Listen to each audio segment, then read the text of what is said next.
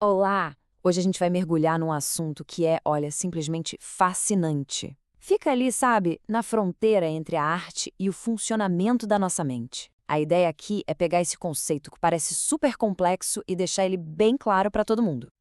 Então, para começar, vamos pensar numa coisa. Será que é possível uma caneta se mover sozinha? E não só se mover, mas criar arte de verdade? Parece até coisa de filme, né? Mas é exatamente isso que vamos investigar. Olha só esta imagem. O que a gente está vendo é o que se chama de desenho astral. E o que ele tem de tão especial? A característica principal é que ele foi criado por um movimento que é descrito como autônomo e natural, ou seja, sem que o artista estivesse conscientemente controlando cada traço. Isso, claro, leva a gente para a nossa primeira parte. Uma caneta que desenha sozinha? Que história é essa? Vamos entender de onde vem esse fenômeno. Bom, essa técnica tem nome: desenhos astrais. E quem a desenvolveu foi o André Lobato. E não foi algo que surgiu do dia para a noite, não. Foi o resultado de mais de 9 anos de pesquisa para encontrar um jeito de, basicamente, fazer com que qualquer pessoa pudesse acessar aquela criatividade que a gente nem sabe que tem. E esse movimento tem um nome técnico: psicografia. Mas calma, vamos olhar a definição com atenção. É um movimento autônomo, natural, que a gente consegue perceber e até guiar para criar um desenho ou um texto. O ponto principal aqui, e isso é bem importante, é que a proposta é que seja uma habilidade humana, natural. Não tem nada de sobrenatural na jogada. Ok, então a gente já entendeu o que é, agora vamos entender o porquê.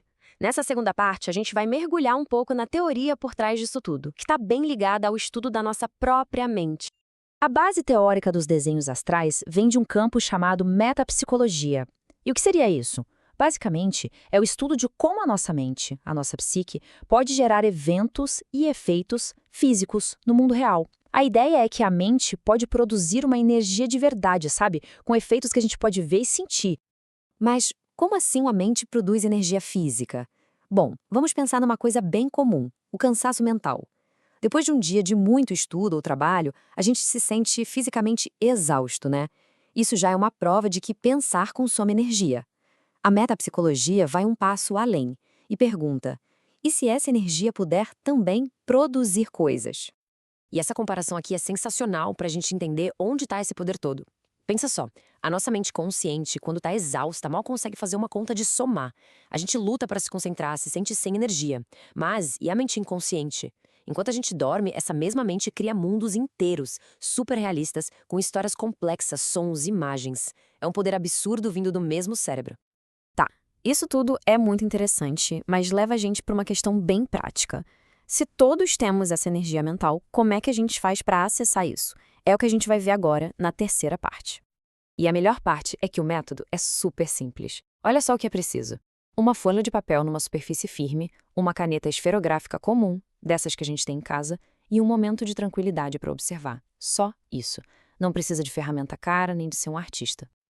Então, como seria fazer o primeiro desenho? Primeiro, a gente prepara, né? Risca a caneta no papel para ver se a tinta está saindo legal. Depois, a parte mais importante, a posição. A gente coloca a caneta no papel, mas com pressão zero. É segurar a caneta de um jeito tão leve, mas tão leve, que qualquer pessoa poderia puxá-la da mão. O terceiro passo é observar. Focar a atenção ali na pontinha da caneta e, conscientemente, soltar todo o controle. E aí vem a parte interessante, o primeiro traço. A gente vai ver a caneta fazer um movimento bem pequeno, sutil, e parar. O que fazer em seguida? Levanta-se a caneta e coloca-se de volta, exatamente no mesmo ponto onde o traço começou. E aí é só repetir. Deixa a caneta se mover de novo, volta para o início. De novo e de novo. E as linhas vão se construindo. O segredo de tudo é não intervir. A única tarefa é observar e deixar essa energia sutil guiar a caneta. Essa primeira fase tem um nome: calibração. E é super normal que os primeiros traços sejam minúsculos, coisa de milímetros mesmo. É como se a mente e o corpo estivessem se acostumando, sabe? Aprendendo a perceber e a canalizar essa energia que é bem sutil. Certo, a teoria é bonita, o passo a passo parece simples. Mas e na prática? Funciona mesmo? Para responder isso, na nossa quarta parte, a gente vai conhecer a experiência real de uma pessoa que nunca se considerou artista. Essa é a Maria do Carmo, lá de Vila Nova de Gaia, em Portugal. A história dela é interessante porque ela descobriu a técnica pela internet e decidiu tentar, mesmo de longe, aprendendo tudo à distância. E para Maria, a experiência foi muito além de simplesmente fazer um desenho. Olha só o que ela disse. Fez-me sentir mais confiança em mim mesma e ajudou-me a resolver coisas que tinha cá dentro. Ou seja, virou uma ferramenta poderosa de autoconhecimento e crescimento pessoal. O impacto para ela, que era uma iniciante, foi transformador. Ela ganhou mais autoconfiança, sentiu uma liberação emocional, desbloqueou uma habilidade artística que nem sabia que existia e até mudou a forma como via a beleza. Tudo isso simplesmente por soltar o controle.